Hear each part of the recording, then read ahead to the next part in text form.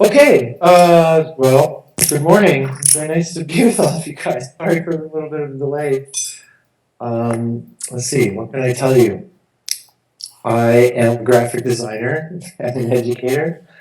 I've been working in the field since about 1994, and I started my career in Japan, where I started my career in about 1994. I actually came to graphic design in a little bit of a strange way. I studied philosophy in undergraduate school, and then I found myself back in Germany where I grew up, and then shortly after that I moved to Japan and I got involved with a magazine, an English language magazine. I actually started drawing a comic for them, and then I worked my way up to editor, and along the way learned some things about graphic design, not much. But really had a wonderful time there. It was a beautiful time in my life. And when I came back to the States in '96, I worked for a little while for a newspaper in Virginia, and then applied for a master's program at Virginia Commonwealth University, and was lucky enough to get in there. And so I started a more formal education in graphic design there, and worked with some really wonderful professors, most of whom are sadly now passed on. But yeah, that's when my career really got started. And so since then I've been teaching and working. My first studio was called U16 which is really hard to write on a Czech, so I changed it to Typografika shortly after that. And I've been teaching in a couple different institutions, and I've been here at MCAD for about the last 7 years now. Is typographic a German word or? Typografika is actually a Czech term, and it was used for typographic unions in the late 1800s, 1900s. And for me, it was also kind of an amalgamation of a couple different languages, and so it seemed perfect. Of course, I think a large part of my work is typographic focus, and so yeah, that's what I've been using. A magazine in English in England, magazine in English. Magazine in England once asked me that, why did I work for an alias? And I never thought about it. I just thought about it as a studio name.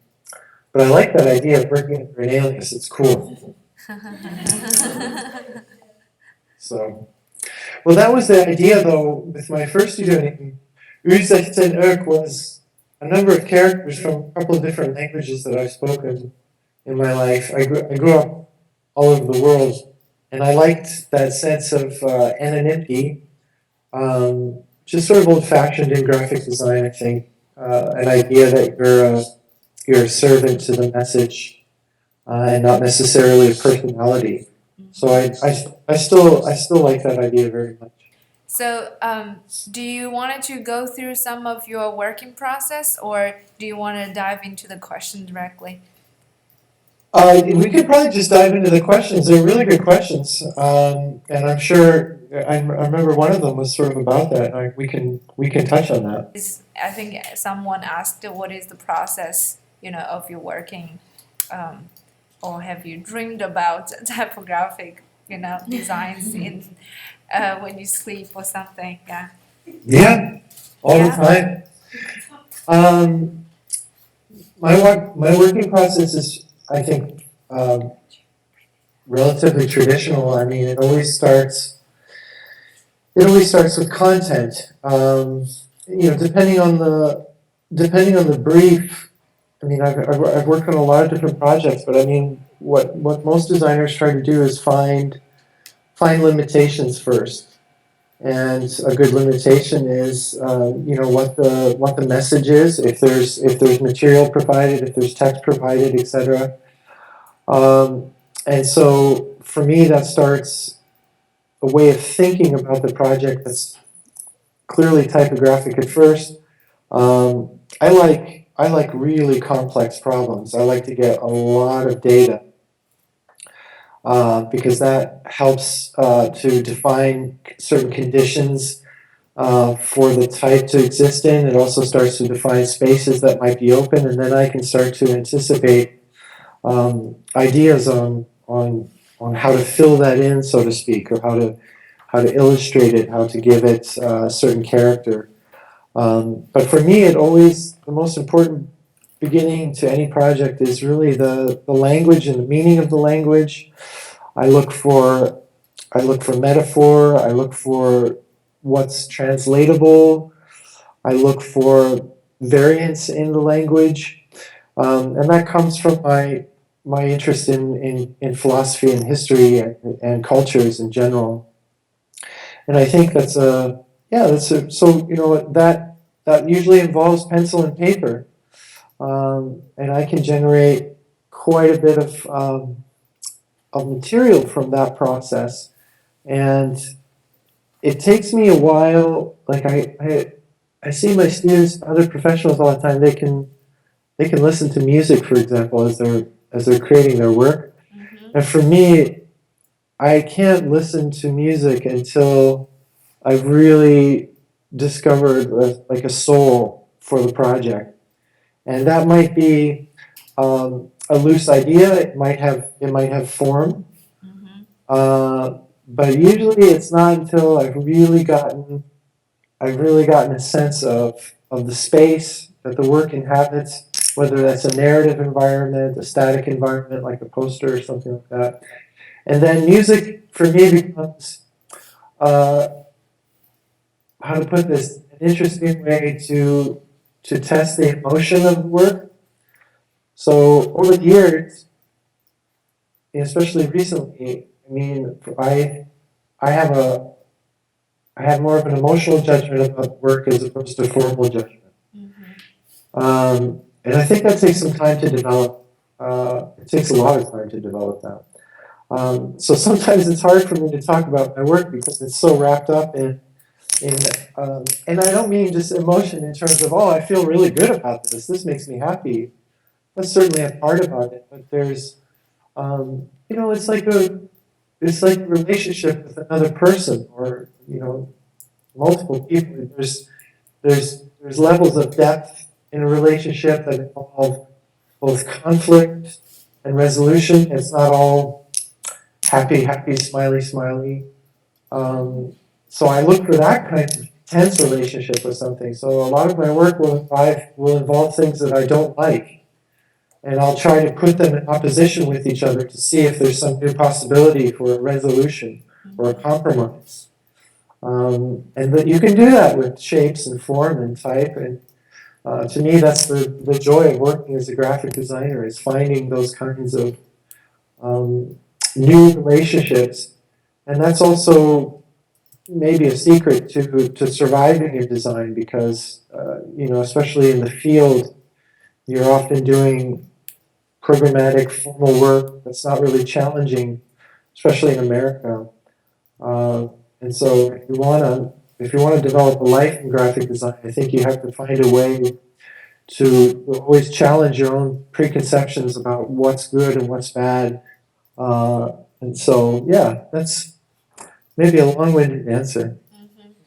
Yeah, so basically the class, they are beginners, of graphic design. Might be the first class they take for graphic design, typography in general. Yeah. So Myron has asked, what were your thoughts and ideas on the very first typographic work you've done? Do you still remember that? Oh, yes. I mean, that was in Japan. I mean, I had to learn. We were using software Quark at the time, which used to be the preeminent software program. But my typographic beginnings are always with pencil and paper. So even when I was drawing my comic, and I didn't know how to define it back then yet, formally, in terms of typographic taxonomy or language. But an interest in letter forms and writing and exploring that was always. I mean, that's actually the irony of it. I mean, when I finally did go to graduate school, I figured out that I had always been making graphic design. I just didn't know what it was called, and I didn't know what typography was per se. But I'd always been drawing letter forms in one shape or another, creating posters. I used to be in a really silly punk band in the 80s called Swiss Family Nansen, and we made posters and stuff like that. But the first really truly formal work that I did for my main teacher, Onsan Akga at VCU, I remember it really well because it was all about. I came to him and I said, Onsan, I'm going to study typography, and I'm only going to look at Helvetica. Because, and even at that time, I grew up in northern Germany, so maybe you guys have seen the movie, or you should see the movie Helvetica, not because Helvetica is so great, I'm actually kind of against it now. But it's, for good, I'm not, yeah, that's spoken too strongly. I'll revise that in regard to another question you guys had later. But where I grew up in North Germany, Helvetica is very prevalent, so it was very familiar to me. But I wanted to use that as a limitation for looking at the geometry of the typeface, but also its potential within language. And we worked really well together. He was such a wonderful professor. I mean, Helvetica was designed for German. It's not designed for any other language, but of course it's become prevalent all over the world for one reason or another, mostly due to Swiss school. But that's the kind of discussion that my teacher would have. He'd say, well, Helvetica looks horrible for katakana or romanji in Japanese. It looks horrible in English. It doesn't sound like English. I mean, those are the kinds of considerations you take when you're looking at solutions. So, for example, one of you asked, and this is a very typical question, especially when you're beginning. What font do you think is the absolute worst and should never be used? It's really, it's like one of the most. It's a really good question, actually, but it's also a really boring question in terms of graphic design because you'll see memes all over the place about Comic Sans is horrible or Papyrus is horrible. And they are horrible to some degree.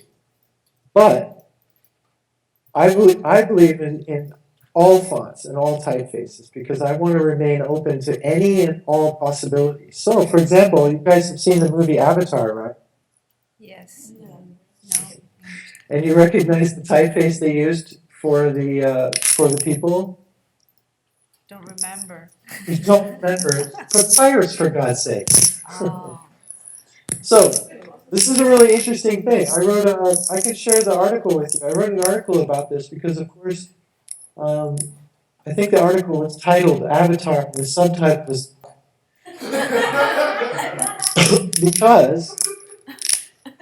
not because I hate Papyrus, but because this is a movie that developed over a long time. They developed new technology to shoot this film. This is James Cameron. These are really, really smart people. I mean, the top people in the field at all levels, both at the artistic level, etc. They developed this fantastic new world with a people with their own language. And instead of going to a type designer and saying, here's this new language, this new people, could you invent a typeface for us? Which I would have preferred.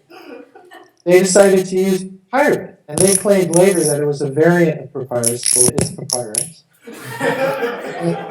But they're not stupid. They did that for a reason. They know that typeface is instantly recognizable by the audience that they had in mind, which is a younger audience.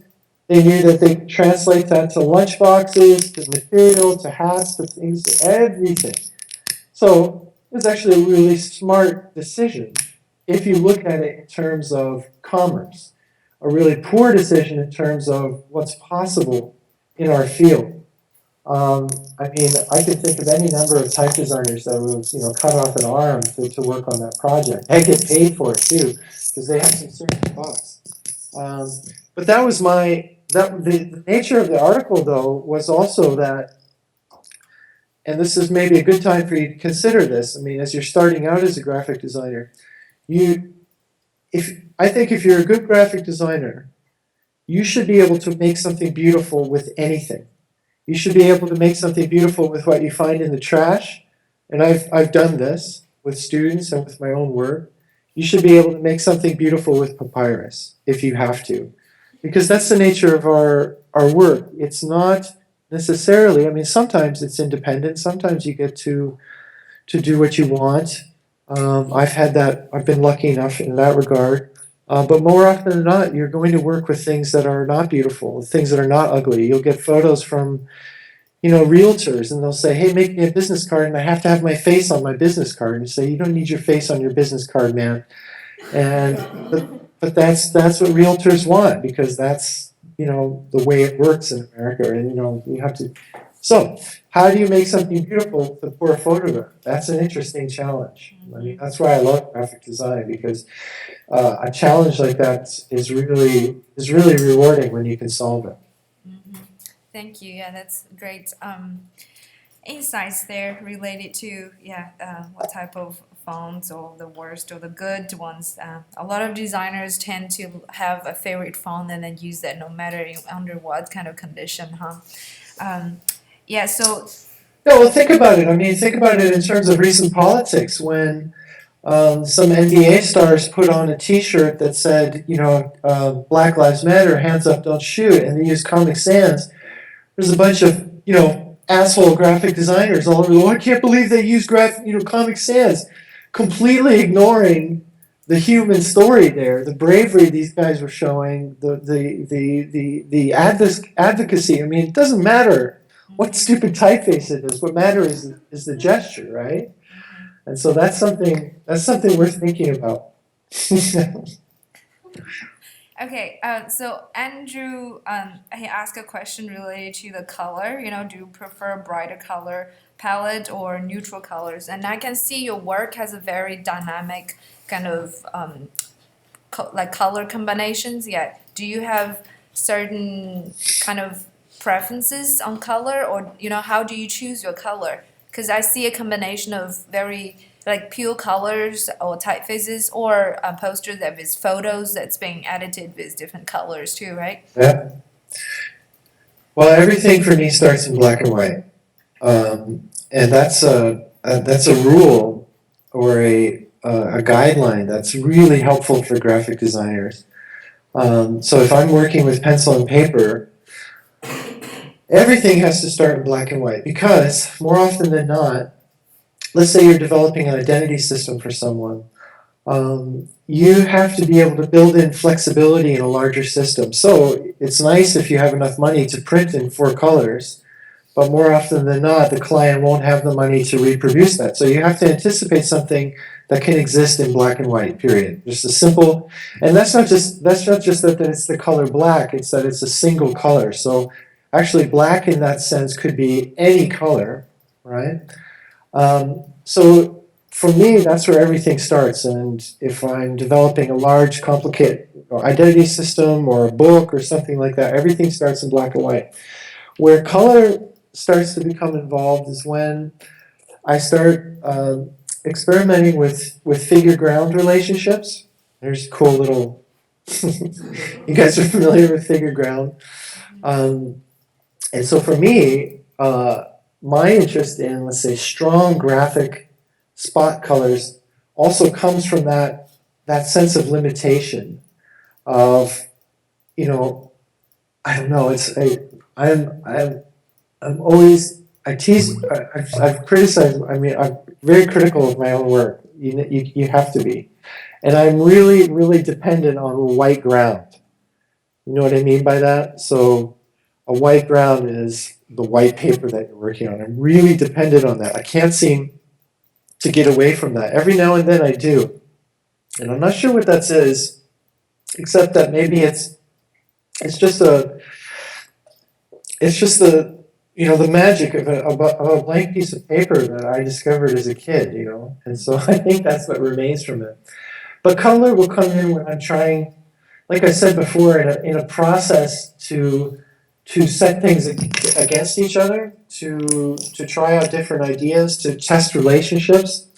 And of course, color is a really intimate way of doing something like that, because my teacher and I used to talk about color in terms of taste, in terms of food, and that it was possible to, it doesn't matter what language you speak. If you're sitting with someone else who doesn't speak your language, you can enjoy a meal together because you can recognize the aroma, the taste, the signals of color that come from food, and you can recognize each other's expressions for what's good and what's bad, and so you can actually have a maybe more intimate experience with somebody sharing a meal than you can sometimes in conversation.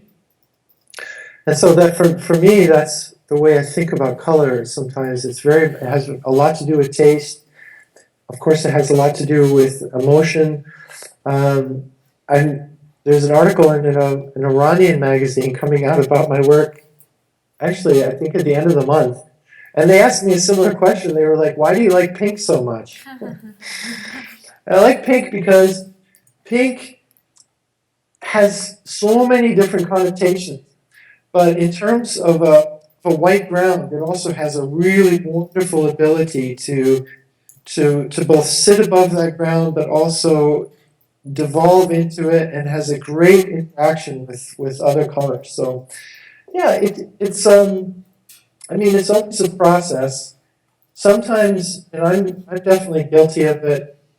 I mean, Nicholas Felton once called me. He said, "You're the master of CMYK, like really simple cyan, magenta, yellow, and black." And oh, that's great. But I'm like, oh, what does he mean by that? Wait a second, I like other colors too. That's not cool. But the key to those strong colors is really identification with certain limitations within the printing process, and trying to make the most of those.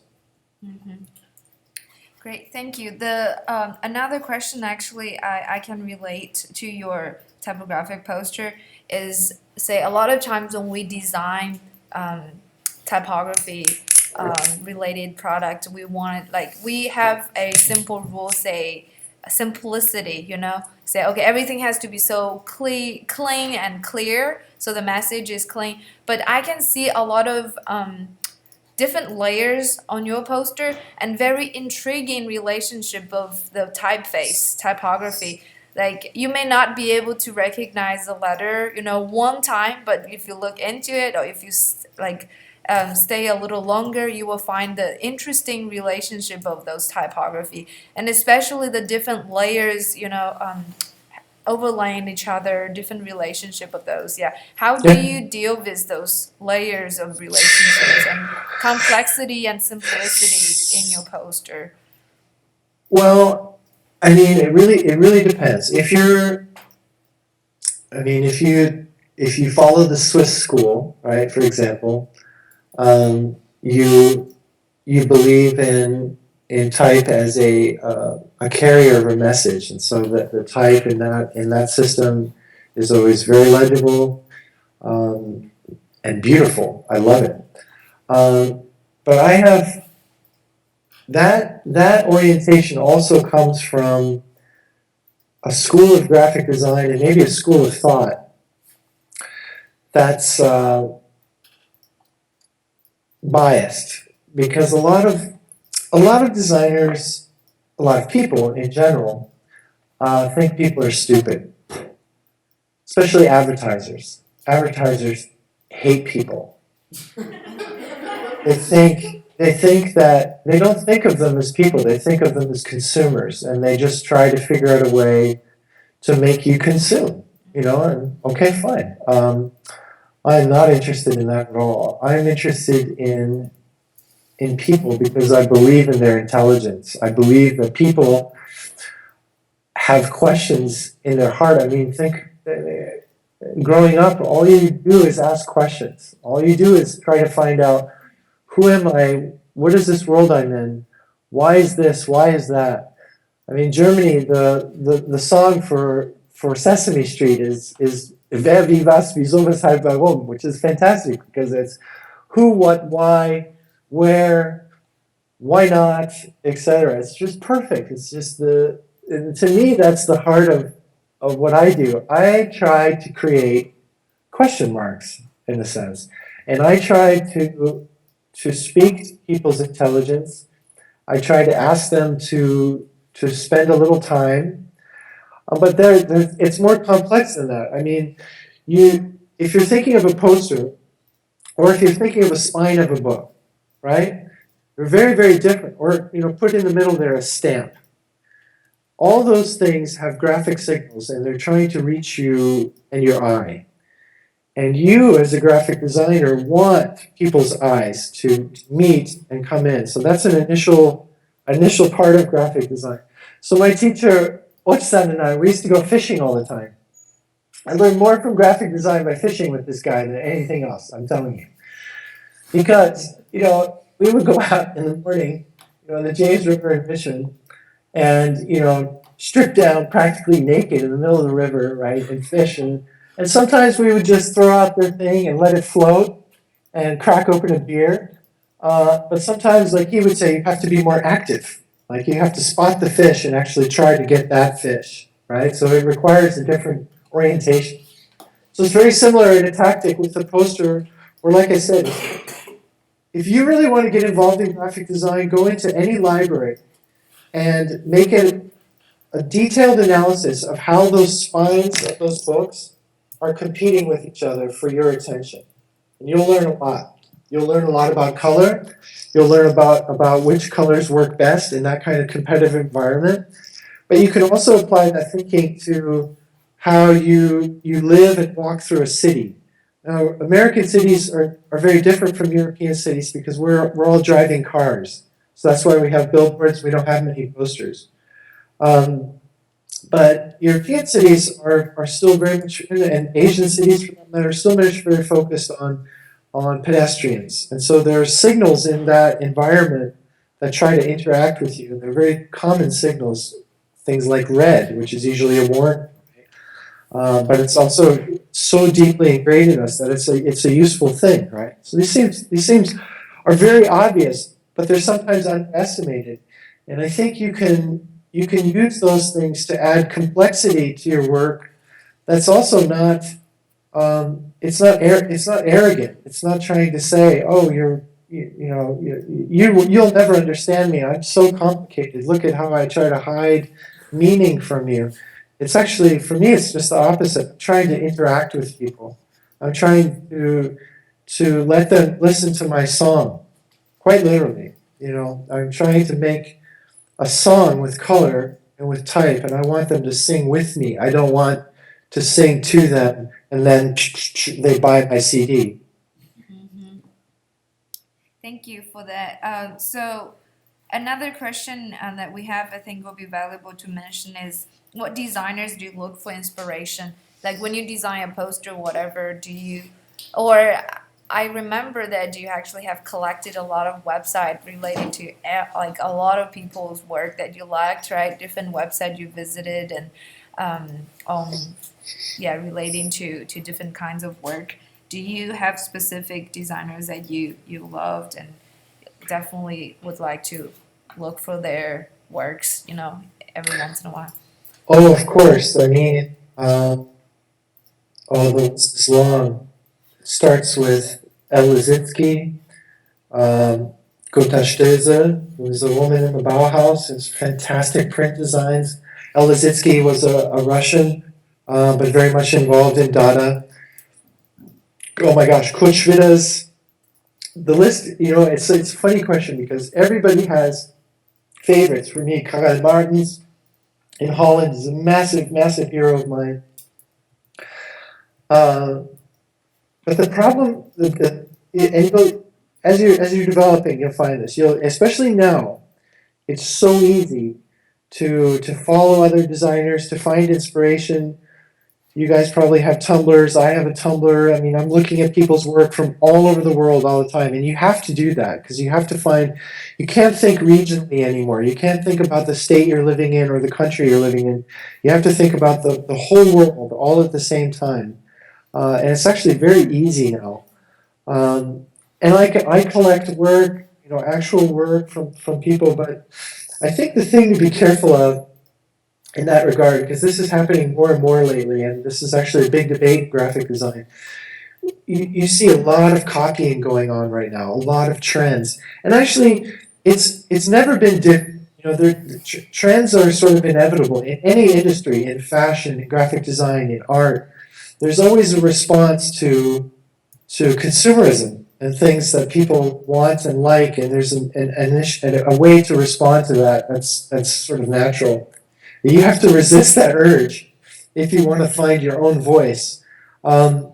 It's funny because in my career, early in my career, the biggest compliments that I would get from fellow designers would be that they could never predict what I would do next. And I thought that was a real compliment because it meant that I was always responding to the problem at hand and making something new. Now that doesn't mean it was a new idea or it means that it was just a new response to that problem. Later in my career, people started saying, "Oh, that's Erik Brandt. I see that from a mile away." And that's actually when I started getting worried that maybe I was starting to use too many of the same tricks, frequently using some of the same typefaces. I mean, I would use like weird free typefaces that nobody else would use. And so that became sort of recognizable. And then when you see people starting to imitate you, that's when it really gets weird. But it's not, as they say, what's the expression? Stealing or whatever.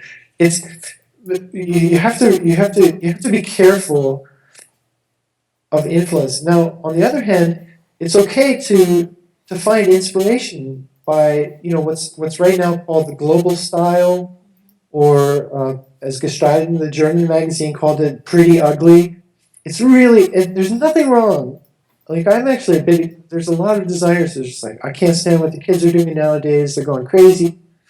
It's all ugly. It's awful, and I'm much more open-minded about that. I'm actually really in favor of it. But if I have students, I'm working with students right now that are engaged in that, you have to say, hey, this is great that you're interested in this now, but understand that this is also a larger community of people that may not have a voice in your community. So in the future, if you're working as a graphic designer, you may not be able to use that language. So you have to be flexible enough to also embrace other things. So the danger of favorites or heroes is that they may not be appropriate to what you need to say and what you need to do.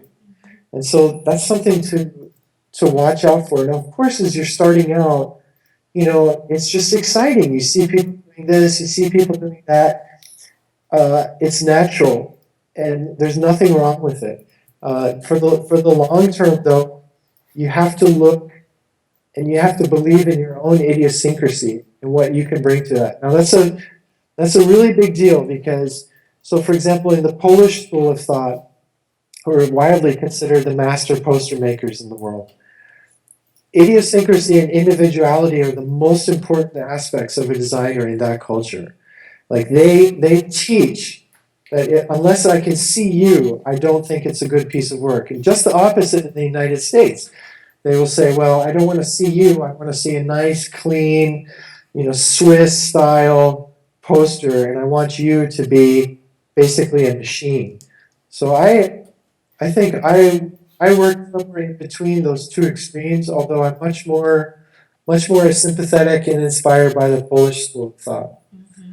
So it's one thing to find certain people, but I think it's better to look for a larger sort of atmosphere to the culture you're living in, the people that you're living with, and then try to find a language that's appropriate for that. Okay, great. Thank you, Erik. I think I will leave some time for the rest of the students, say if they have any specific questions related to typographic, like poster designs. Yeah, do you guys have anything that come up at this point after you listen to Eric?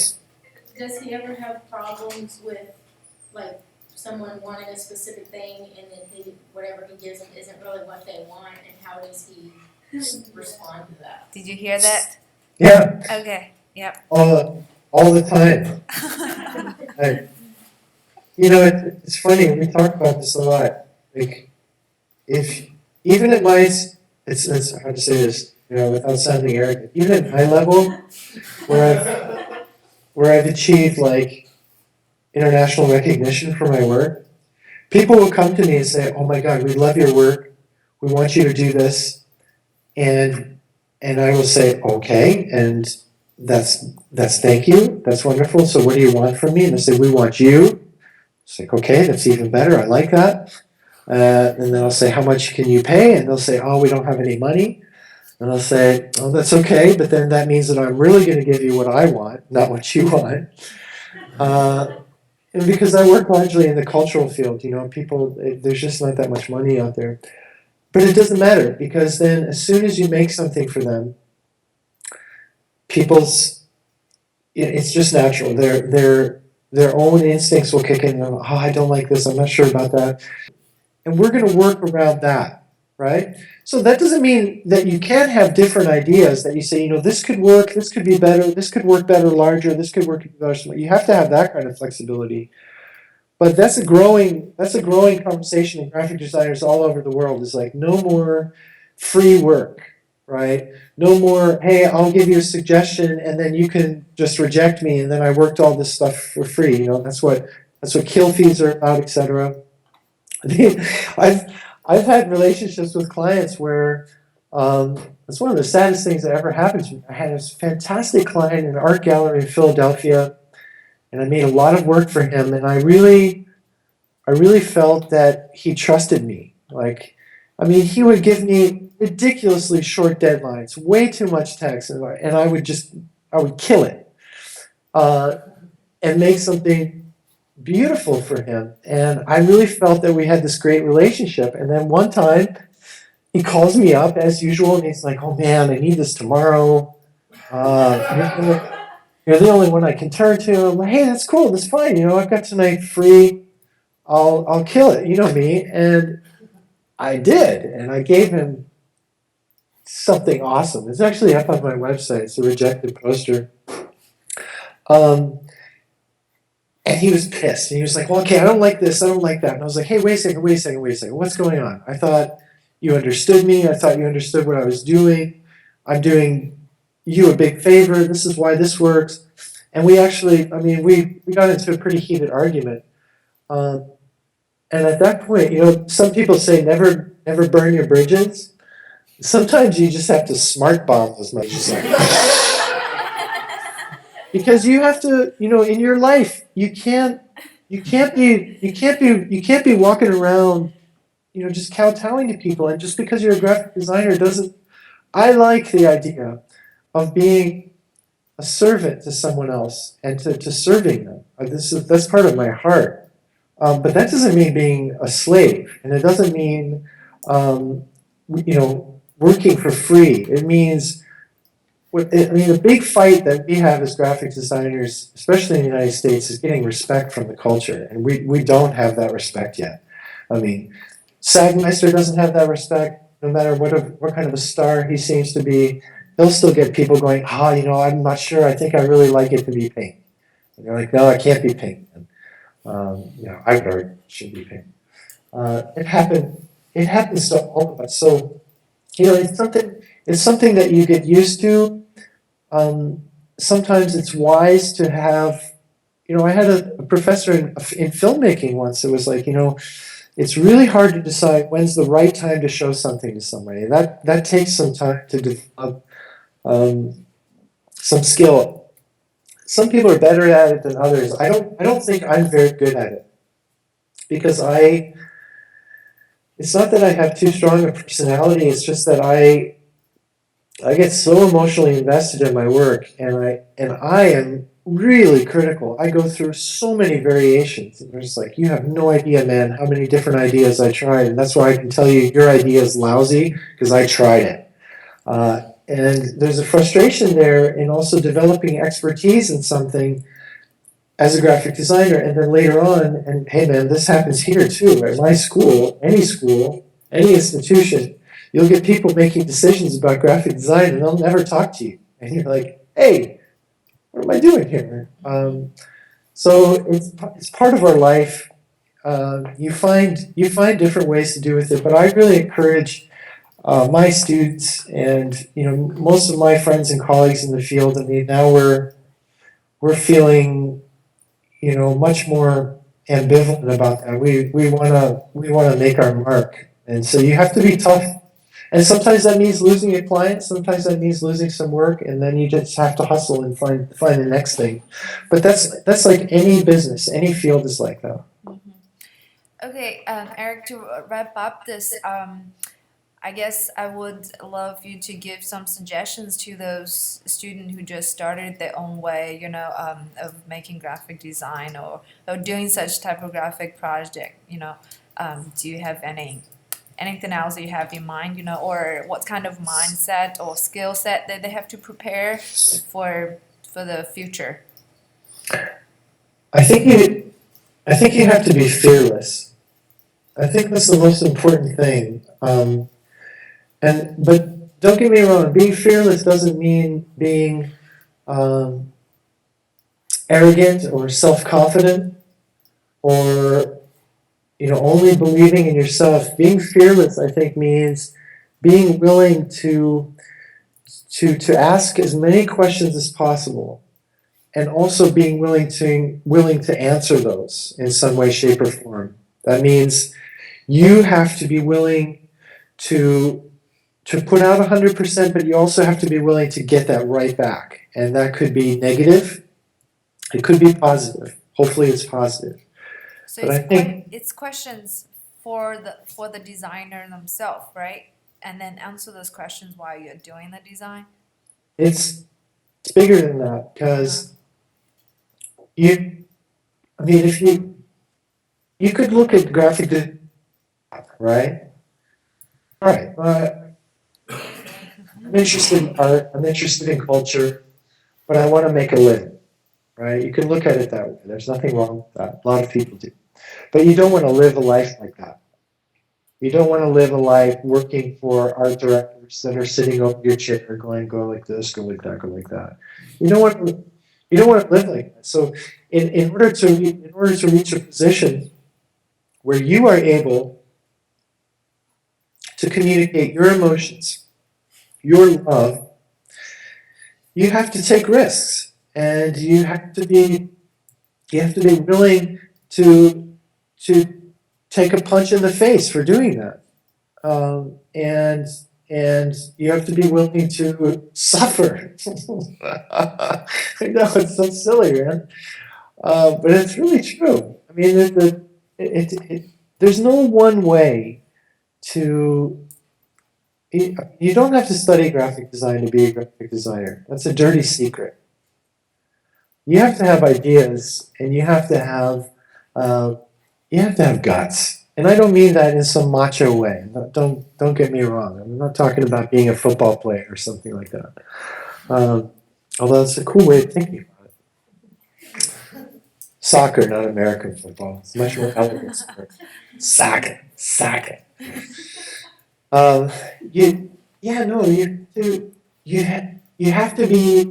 You have to be curious about everything. You have to be interested in everything, and the secret to that is just wanting to know. Like, well, what's this? What's that? Why this? Why that? That's the kind of mindset you have to have as a beginner, but also as a master, because otherwise you can't survive in any field. You really have to. It sounds so cliche, but you have to keep, like I said at the beginning, you have to keep the sense that you have as a child. I mean, this is a secret of life. We all discover this. You spend the rest of your life trying to rediscover the wonder and amazement that you had when you were 5, 6, or 7. That's really it. And then you find a way to make a living with that fascination. There you go. Okay.